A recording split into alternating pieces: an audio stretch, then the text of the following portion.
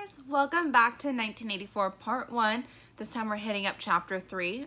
So that starts on page, page 27 if you've got this copy. If you've got the smaller copy with like the actual eyeball on the cover, I left that copy at school, didn't have time to grab it today, so you can find that page hopefully.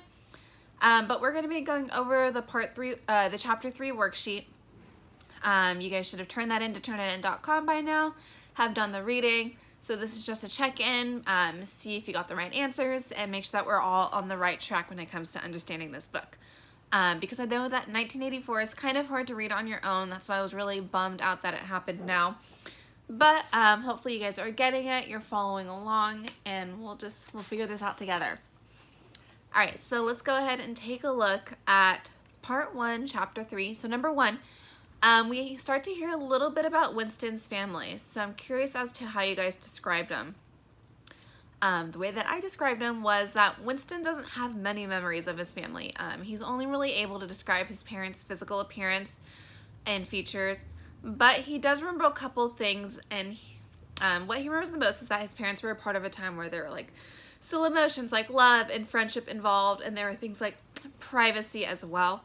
On page 28, he remembers that his mother sacrificed herself to save him, and that was done as an act of love before he actually remembered, or before he was actually able to understand what love actually meant. Alright, number 2, describe Winston's dream about the Golden Country. Examine what Winston does and does not find appealing in his dream. So this is on page 29.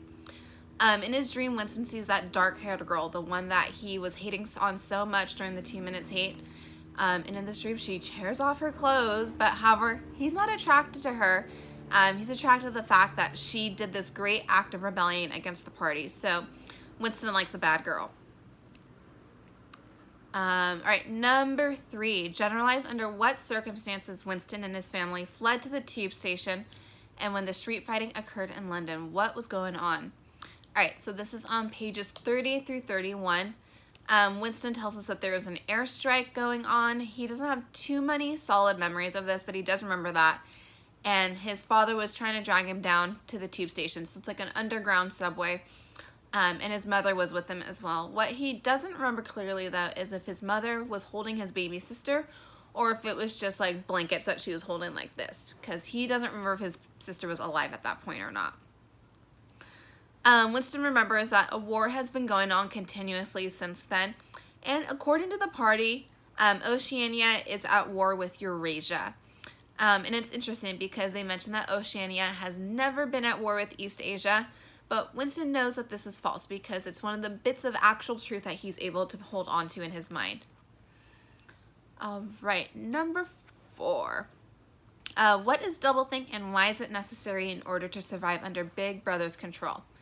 So Winston talks about this on pages 32 through 33. And doublethink is the idea that someone can hold 2 contradicting ideas in their mind at one time. For example, Winston knows the truth about how Oceania used to be at war with East Asia, yet he can believe the party when they say that they have never been at war with East Asia. He gives a couple of other examples of what that looks like as well. But essentially, opposites are the same thing. And it's necessary for people to do this so they don't commit thought crime against Big Brother. They have to simultaneously believe like their own beliefs, but also believe what Big Brother is thinking. That way they can be loyal to Big Brother. And our last question, do you think that Big Brother truly exists, or is he just a symbol of the party? I can't really answer that one for you guys because it's one or the other. That's your own opinion, and there's really no wrong answer at this point. But I will explain the connotation of the term Big Brother. So kind of think about this. What do you think of when you think of a Big Brother? If we were in a classroom, I'd say, okay, how many of you guys are a Big Brother? Probably like 7 or 8 of you guys would raise your hand, maybe less. And I ask you, okay, what kind of responsibilities do you feel that you have as a Big Brother? Some of you guys may say, like, I don't have any responsibilities, but others might say, like, oh, you know, to teach my younger brother and sister things, to protect them, to watch over them. And I think that's kind of the idea that our society holds of a Big Brother or an older sibling in general. So that's kind of the image that the party wants to portray. They want to portray Big Brother as a protective image, someone or something that makes the people feel like they are cared for and they are safe and that they are being watched over by Big Brother. So it's supposed to be like a loving thing, but as we'll see in this dystopian society, Big Brother can actually be a terrifying figure.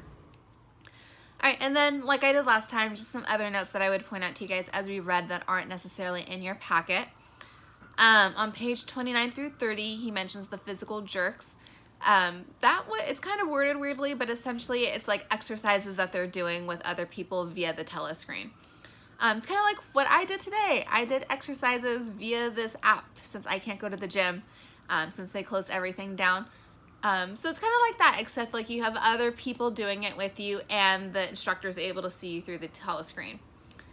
All right, then on page 30, he's thinking about how he remembers so little about his life and what things were like in the past. We learned that Airstrip 1, where Winston lives and kind of the setting of the story, used to actually be called England and Britain, but he doesn't remember anything for certain.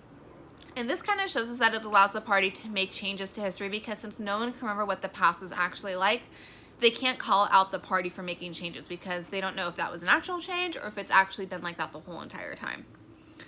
And the last note that I want to make sure that you guys catch is on page 32.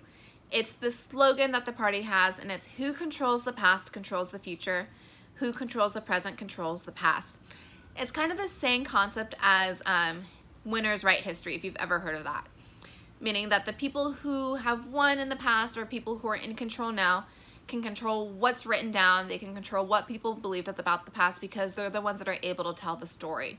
Losers don't get to write history because they're not there to write it. All right, so that's a theme that's going to continue on throughout the rest of the novel. Next video will be chatting about chapters 4 and 5 from part 1. But please let me know if you guys have any questions. I've gotten a couple of people asking me if we can jump on like a video conference. So if you guys have questions about the book or you just kind of want to see a familiar face, I know that it can get a little rough being at home all the time. So if you guys need that, just let me know. I'm more than happy to have a class conference call for whoever wants to join. We can definitely schedule that. All right, but hope you guys are doing okay, washing your hands, staying healthy. I just made some cookies, so do things that make you guys happy while you're at home, and take advantage of this time. All right, I'll talk to you guys later. Bye.